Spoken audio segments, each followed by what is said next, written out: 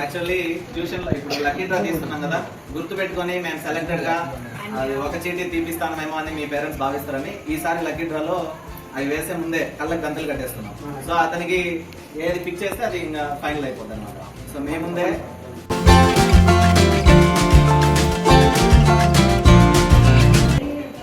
జోసికా class 4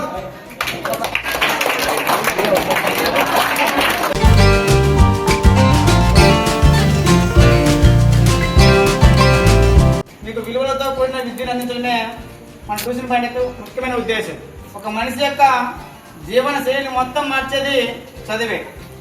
మీకోసం అహర్నిశలు శ్రమించే మీ యొక్క అమ్మా నాన్నకి మీరు ఇచ్చే బహుమానం ఎలా ఉండాలంటే ఒక డబుల్ బెడ్ ఫ్లాట్ మీరు మీ అమ్మ నాన్న గిఫ్ట్గా ఇవ్వడం, వాళ్ళని ఫ్లైట్లో తీసుకెళ్ళడం, అలాంటి డ్రీమ్స్ గోల్స్ మీ మైండ్లో ఉండాలి.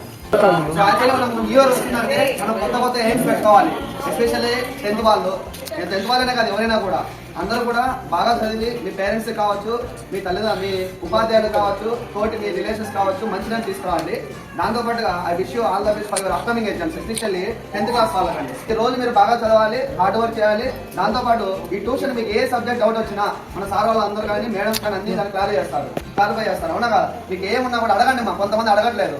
అలాగే next point maintain discipline. So actually ఈ ట్యూషన్లో షణ్విక ఐఐటి ట్యూషన్ పాయింట్లో ఒక మెంబర్ అయినందుకు I feel very happy. Last time చెప్తున్నాను.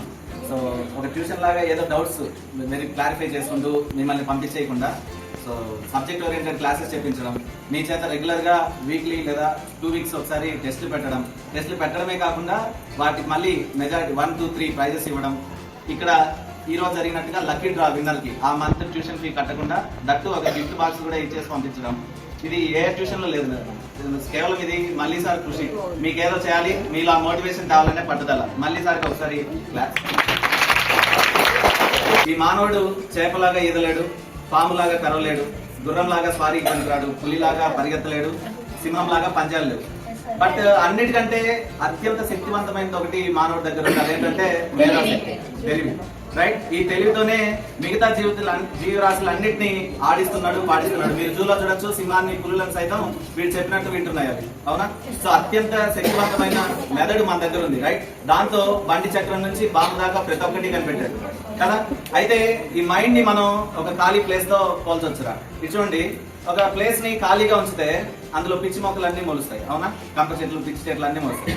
అలా కాకుండా మన మైండ్ కూడా అంతే, ఖాళీగా ఏ పని చేయకుండా ఉంటే అలా పిచ్చి ఆలోచనలు ఏదో పని చేయాలనేది మైండ్ ఎప్పుడు తడుతూ ఉంటాయి. అలా కాకుండా కనీసం నువ్వు దాన్ని ప్లే గ్రౌండ్ లాగా రోజు ఆడుకుంటూ ఉంటే ఒక ప్లే గ్రౌండ్ లాగా అవుతుంది. కనీసం నువ్వు ఆడుకోవడానికన్నా అది ఉపయోగపడుతుంది. సో నువ్వు ఎంత వాడుకుంటున్నావు అంత మేరకు ఇది ఉపయోగపడుతుంది. అలా కాకుండా నువ్వు ఇంకొంచెం కష్టపడి దాన్ని సేద్యం చేసి దున్నితే, భూమిని సాగు చేస్తే నీకు బంగారు పంటను తెచ్చి పెడుతుంది, ఆహారాన్ని ఇస్తుంది. సో అదే విధంగా మన మైండ్ కూడా, భూమి ఒకటే. ఇక్కడ ఫస్ట్ లో ఖాళీగా ఉన్నింది, పిచ్చి మొక్కలతో ఉంది. కొంచెం వాడబడింది, ప్లే గ్రౌండ్ లాగా ఉంది. ఇంకొంచెం కష్టపడ్డారు, పంట చేస్తున్నారు, ఆహారాన్ని పొందారు.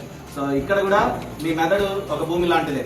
మీరు ఎంత మేరకు వాడితే అంత మీరు జ్ఞానాన్ని పొంది మీకు, మీ కుటుంబానికి అన్ని తెచ్చి పెడతారు. రైట్? సో దీన్ని వాడాలి మనం బాగా. వాడతారా మీరందరూ? రైట్ నాన్న, థ్యాంక్ యూ.